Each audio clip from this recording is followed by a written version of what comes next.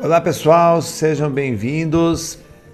Eu estou fazendo aqui para vocês a transmissão do meu podcast e o tema de hoje é um tema bem diferente, tá? O título do nosso bate-papo hoje é Cheiro de fezes estimula a inteligência. Parece um título diferente, mas ele tem uma razão, tá? Então eu vou ler para você aqui o podcast que vai para o nosso blog também, tá? Se fosse para causar polêmica, eu abriria este artigo com uma manchete idiota. Cheiro de fezes estimula a inteligência ou lavar o banheiro ajudou um jovem a passar na USP, uma coisa bem sensacionalista.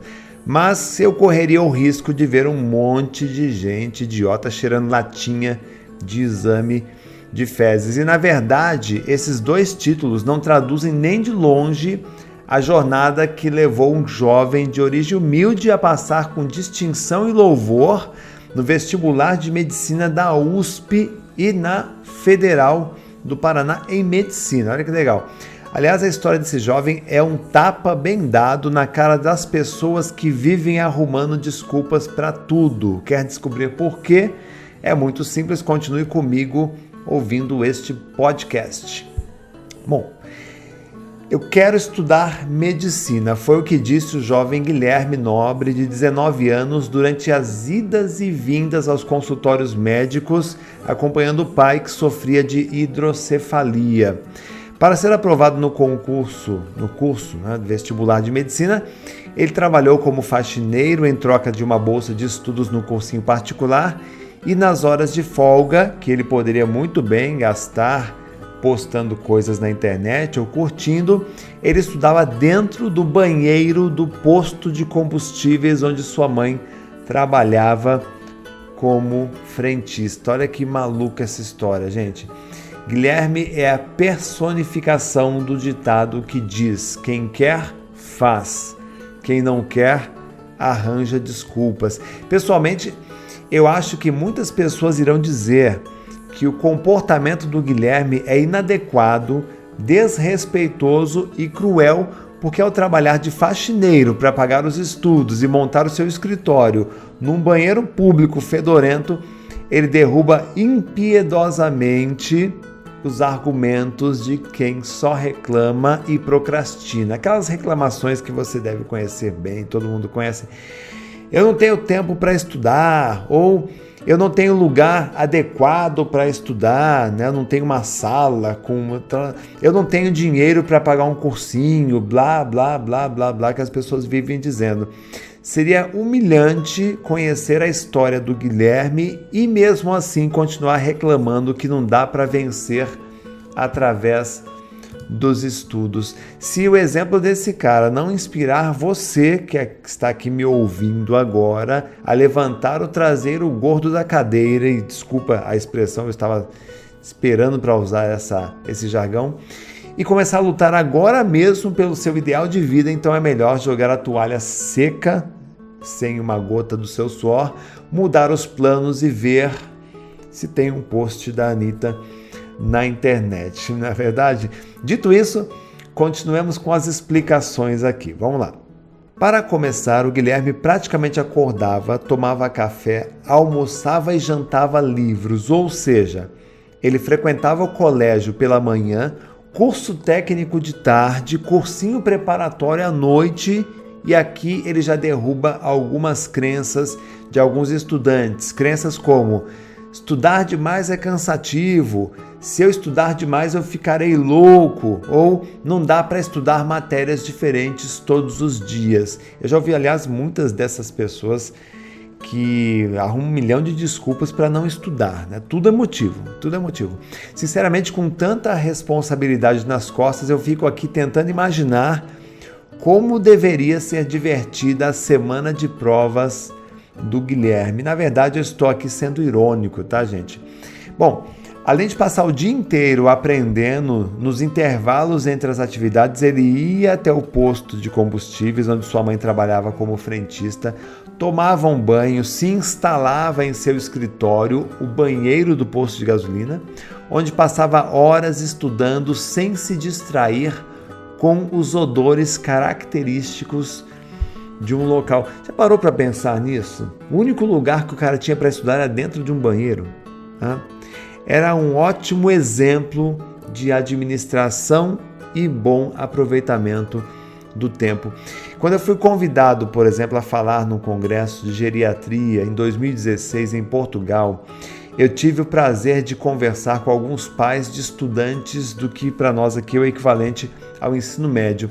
Além de frequentar a escola em período integral, eles aproveitavam as férias para aprender coisas diferentes em cursos extracurriculares, ou seja, havia neles um reconhecimento notório do valor do estudo multidisciplinar. Os jovens como o Guilherme, né, eles deveriam ser a regra no Brasil, só que eles são a exceção. No Brasil, quando um jovem manda bem nos estudos e passa em primeiro lugar no vestibular, na OAB ou no concurso, veja que coisa, ele vira manchete de jornal. Né? Quer dizer, é uma exceção você ser estudioso no Brasil, é uma exceção quando deveria ser regra. Né? Aliás, se pudéssemos serrar a cabeça do Guilherme e olhar seu cérebro com uma lupa, provavelmente não iríamos encontrar nenhuma atividade neural extraordinária, apenas o registro de um jovem que ralou pra caramba para conseguir os melhores resultados. Um garoto que provavelmente engoliu muitos sapos, experimentou a humilhação, abriu mão de fazer coisas para se manter concentrado no sonho de passar num vestibular de medicina. Aliás, eu posso apostar que em alguns momentos passava pela cabeça dele: dane-se para o fato de estudar dentro de um banheiro. É uma situação temporária e logo virá um futuro melhor. Ou, qual o problema de trabalhar como faxineiro limpando o chão, recolhendo lixo ou lavando banheiros num cursinho? Vergonha seria roubar. Digo isso porque eu, particularmente, já passei por situação equivalente quando trabalhava sozinho numa suja, empoeirada, falida loja de peças de trator. Alguma coisa dentro de mim dizia que aquele não era o meu futuro, era parte da jornada de crescimento que eu deveria passar e por isso dali eu deveria tirar algum aprendizado e tirei bastante, tá? Como os clientes nunca apareciam naquele estabelecimento, eu gastava meu tempo lendo todos os livros que apareciam na minha frente, todos mesmo, viu, gente? Livros de empresas, livros de administração, livros religiosos, tudo que aparecia eu lia, tá? E foi essa fase rica de aprendizagem que despertou meu interesse pela escrita. Hoje eu sou autor de best-seller com 8 livros publicados, ou seja, tudo que acontece com a gente, todas as experiências, sejam elas boas ou ruins, são parte de um quebra-cabeça maior chamado vida. Falando em quebra-cabeças, você se lembra do Sr. Miyagi, mentor do Daniel San no filme Karate Kid? Pois é, o Guilherme também encontrou um mentor em sua jornada rumo ao vestibular de medicina. Na verdade, ele encontrou uma mentora. Ele gostou do jeito de ensinar da professora Eliane Limonte, proprietária de um cursinho preparatório, mas ele tinha um problema, ele não tinha grana para pagar o cursinho.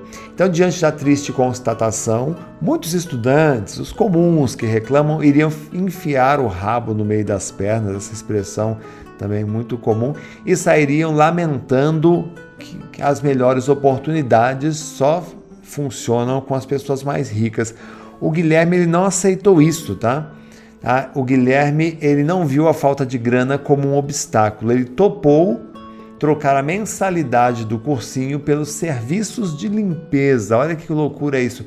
Claro que mentores são sempre bem-vindos, eles podem surgir em nossas vidas na forma dos nossos pais, parentes, patrões, amigos, mas precisamos sempre ter a humildade de enxergar as lições que eles nos transmitem de forma muitas vezes estranhas e indiretas. A humildade era a grande virtude do Guilherme. Como diziam os sábios, quando o discípulo está pronto, o mestre aparece. E parafraseando o filme Karate Kid, A Hora da Verdade, eu fico imaginando aqui como é que a senhora Eliane Miyagi passava as tarefas recheadas de segundas intenções para o Guilherme San Tá? Jogue o lixo equivaleria a jogue fora as coisas erradas que você aprendeu. Não sei se você assistiu aquele filme Karate Kid, né? Que ele fica, põe casaco, tira casaco, põe casaco, tira casaco. Então imagina essa cena aqui, tá? Daniel Guilherme San, jogue o lixo equivale a jogue fora as coisas erradas que você aprendeu. Passe o pano equivaleria a limpe bem os solos da memória que irão receber novos conhecimentos. Ou arrume o armário equivaleria a organize na sua mente as novas informações que você está aprendendo. Então, o sonho de ser médico para esse garoto era maior do que as dificuldades que ele ainda enfrentaria. Só para você ter ideia, quando sua avó de 84 anos sofreu um AVC que a deixou desacordada durante 6 meses, Guilherme foi obrigado, além de toda a rotina dele, a passar 6 meses acompanhando-a no hospital. Alguns dias ele ficava no hospital e nesses momentos difíceis ele também aproveitava para mergulhar nos estudos. E 3 dias antes de fazer o Enem, a avó faleceu. Mais uma provação para o jovem herói que fez a prova com a crença de que a sua avó agora estava o ajudando do lado de lá. No final de janeiro, após se inscrever no Sistema de Seleção Unificada, o SISU, a Guilherme soube que tinha passado em Medicina na Universidade Federal do Paraná. Dias depois, após se inscrever na USP em Ribeirão Preto e acompanhar a lista diariamente, ele viu seu nome em 4º lugar dos aprovados de Medicina. Ele diz o seguinte, olha, senti como se tivesse ganho na loteria. Imagina só como esse jovem deve ter ficado feliz, né? E dizem que para acertar o céu, nós precisamos mirar nas estrelas. Guilherme diz que não se preparava para ir tão longe e ser aceito pela USP. Ele diz o seguinte, eu até esperava passar na faculdade, disse, mas aí percebi que havia estudado para uma USP. Meus pais ficaram muito felizes, foi emocionante ver a batalha deles e valeu a pena saber que poderei fazer a diferença na vida das pessoas. Eu quis contar a história do Guilherme para você que está aqui me ouvindo, porque estou sempre cercado por estudantes que me procuram pedindo métodos de estudo, de memorização, dicas, conselhos, macetes para passar em concurso, em vestibular. E, sinceramente, às vezes eu penso em ter comigo uma caixa de lenço, porque são jovens saudáveis, com tempo disponível, que muitas vezes têm recursos financeiros, mas não têm o ingrediente principal. Por mais que a gente tenha um trabalho de qualidade, o segredo do sucesso nos estudos é um conjunto de ferramentas que envolve garra, força de vontade e disciplina nos estudos. Não importa se a vida vai lhe oferecer uma sala silenciosa num prédio da Avenida Paulista ou um banheiro fedorento num posto de gasolina. O que importa é ter uma mente forte, blindada contra a tentação de desistir e sair da zona de conforto. E eu espero muito que você tenha gostado dessa história e que ela sirva de inspiração para você e para outras pessoas.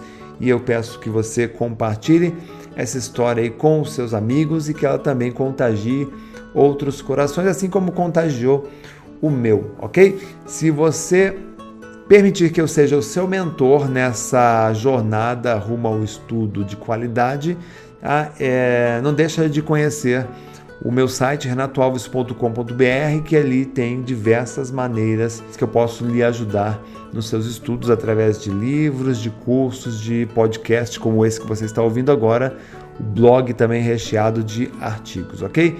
Um forte abraço e até breve.